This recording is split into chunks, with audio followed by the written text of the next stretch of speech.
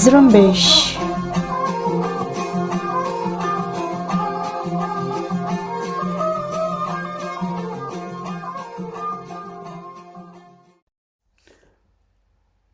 یہ ریڈیو زرمبش اردو کی آواز ہے۔ خصوصی پروگرام یہ کون سکی ہیں کے ساتھ حاضر ہے۔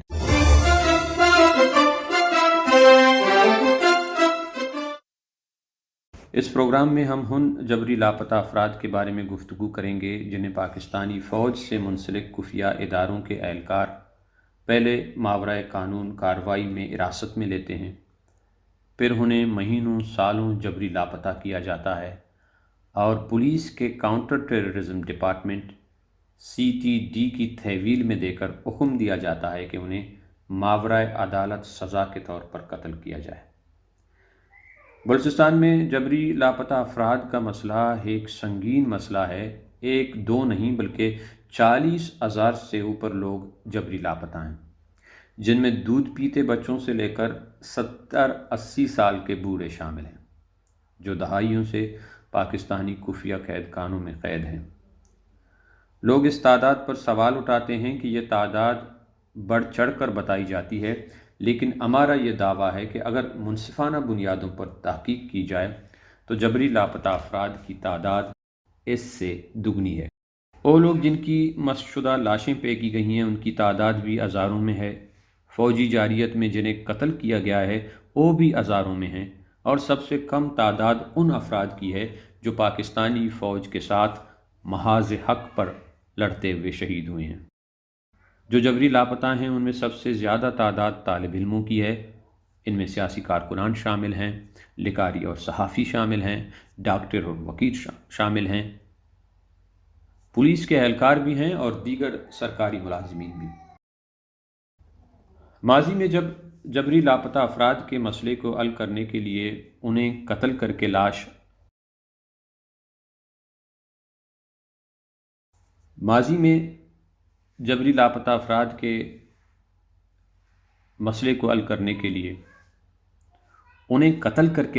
ویرانے میں پھینک دی جاتی تھی۔ مارنے والوں کے قدموں کے نشان بھی موجود ہوتے تھے۔ مارنے والے بھی دن کی روشنی میں مار کر لاش پھینک دیتے تھے۔ یہ سلسلہ چلا، زمین پٹی نہ آسمان گرا، مگر شاید بلوچوں کی چیخ نارسا کو کہیں کسی نے سن لیا تو ظالمان کو یہ سلسلہ روکنا پڑا۔ اب اسی سلسلے کو ایک نئی شکل میں ہم دیکھ رہے ہیں جس کا ذکر ابتدا میں کیا گیا۔ زرمبش کی ویب سائٹس پر آپ وزٹ کریں، وہاں بلوچستان میں انسانی بحران کی کیٹیگری میں بلوچ شہداء، مسخ لاشیں، جبری گمشدگیاں اور فوجی جارحیت کے بعد ایک نئی کیٹیگری کا اضافہ ہوا ہے، فیک انکاؤنٹر کا، جو بلوچستان میں جاری انسانی بحران میں ایک اور اضافہ ہے۔ اس پروگرام کو ایک سیریز کی شکل میں آگے بڑھائیں گے اور مختلف لوگوں سے اس بارے میں ہم بات کریں گے۔ آج کے پروگرام میں ہماری گفتگو کا محور نوکی کاہان شال، جسے نیو کاہان کوئٹہ بھی کہتے ہیں، میں 9 اور 10 اگست کے درمیان CTD کا ایک دعویٰ سامنے آیا تھا، اسی پر ہم بات کریں گے۔ CTD کے ترجمان نے 10 اگست کی صبح دعویٰ کیا تھا کہ انہوں نے نوکی کاہان کے علاقے مری کیمپ میں ایک کمپاؤنڈ پر خفیہ اطلاع پر چھاپہ مارا اور BLA کے اراکین کے ساتھ 2 طرفہ فائرنگ کے تبادلے میں 5 افراد کو ہلاک کیا۔